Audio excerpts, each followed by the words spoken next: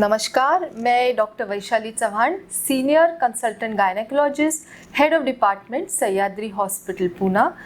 आज हम इस वीडियो के द्वारा ये जानना चाहेंगे कि प्रेगनेंसी के दौरान के अर्ली सिम्टम्स या शुरुआत के लक्षण क्या होते हैं। सबसे पहला लक्षण ये होता है कि मिस्ड पीरियड, आपका पीरियड मिस होता है। जैसे पीरियड मिस होता है 7 से 10 दिन के बाद आप घर में यूरिन प्रेगनेंसी टेस्ट कर सकते हो। कई बार ये टेस्ट गलत भी हो सकती है, इसीलिए आपके गायनेकोलॉजिस्ट से आपको मिलना है और ज़रूरत पड़ी तो एक ब्लड टेस्ट होती है जिसे कहते हैं सीरम बीटा HCG टेस्ट और सोनोग्राफी।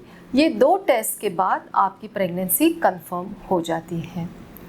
बहुत महत्वपूर्ण लक्षण ये भी होता है जी मतली करना या उल्टी जैसे होना। ये क्यों होता है? ये इसलिए होता है क्योंकि प्रेगनेंसी के दौरान हार्मोनल बदलाव होते हैं।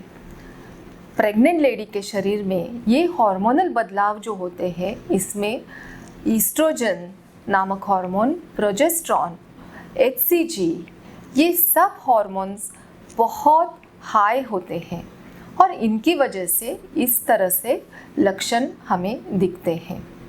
फूड क्रेविंग्स यानी एक विशिष्ट तरह का खाना, उसके प्रति आकर्षण, वो खाना खाने की इच्छा होना, इसे कहते हैं फूड क्रेविंग्स। कब्ज यानी कॉन्स्टिपेशन, ये भी बहुत कॉमन है। कब्ज क्यों होता है? अगेन प्रोजेस्टेरॉन नाम के हार्मोन की वजह से कब्ज होता है। इससे क्या होता है, डाइजेशन जो है, डाइजेस्टिव सिस्टम आपकी धीमी हो जाती है और कॉन्स्टिपेशन होता है। बार बार पेशाब करना, क्या ये नॉर्मल है? हाँ, बार बार पेशाब क्यों होती है? प्रेगनेंसी के पहले 3 महीने यानी 12 वीक्स ऑफ प्रेगनेंसी तक बच्चादानी जो होती है वो पेल्विक ऑर्गन होता है, यानी माँ के पेल्विस में नीचे की तरह रहता है और ये बच्चादानी, इसका प्रेशर पेशाब की थैली पे आते रहता है और इसकी वजह से बार बार पेशाब के लिए जाना, ये सिम्टम काफ़ी बार हमारे प्रेग्नेंट लेडीज़ में दिखाई देता है। बॉडी टेम्परेचर बढ़ना, ये भी काफ़ी कॉमन है।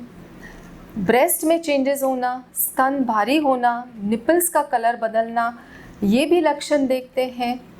एंड मूड स्विंग्स यानी इरिटेबिलिटी, रोने का मन करना, गुस्सा करना, ये सब क्यों होता है? ये सब हार्मोनल बदलाव के कारण होता है। सिर में दर्द, नींद पूरी न होना, थकान, सोने का मन करे, ये सब भी प्रेगनेंसी के लक्षण होते हैं। और कई बार हल्का ब्लीडिंग होता है जिसे कहते हैं इम्प्लांटेशन ब्लीडिंग, रक्तस्राव। ये सभी के साथ नहीं होता, पर अगर ये हो रहा है किसी को तो इट इज़ नॉर्मल। योनि से सफ़ेद स्राव होना, वजाइनल डिस्चार्ज, ये भी नॉर्मल लक्षण है। ये क्यों होता है? ईस्ट्रोजन नाम के हार्मोन की वजह से ये होता है। अभी हमने देखा कि काफ़ी लक्षण हैं जो हम डर जाते हैं कि ये सब हो रहा है मेरे साथ, इज़ इट नॉर्मल? तो ये जो सब लक्षण मैंने अभी आपसे डिस्कस किए, ये सब लक्षण अर्ली प्रेगनेंसी में नॉर्मल होते हैं। कई बार हमें ऐसे प्रश्न किया जाता है कि प्रेगनेंसी रहने से पहले क्या ऐसी कोई दवाई है जो हमने लेनी चाहिए जिससे होने वाले बच्चे के लिए फ़ायदा हो?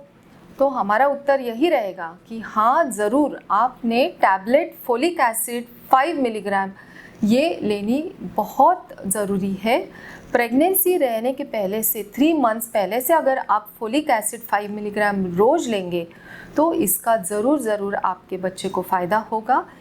फोलिक एसिड 5 मिलीग्राम रोज़ टैबलेट लेना ज़रूरी है। फोलिक एसिड डेफिशिएंसी से क्या होता है? न्यूरल ट्यूब डिफेक्ट्स, जन्म दोष, बच्चे में जन्म दोष, बच्चे की रीढ़ की हड्डी का दोष हो सकता है। इसीलिए फोलिक एसिड प्रेगनेंसी के पहले कम से कम 3 मंथ्स पहले से लेना ज़रूरी है।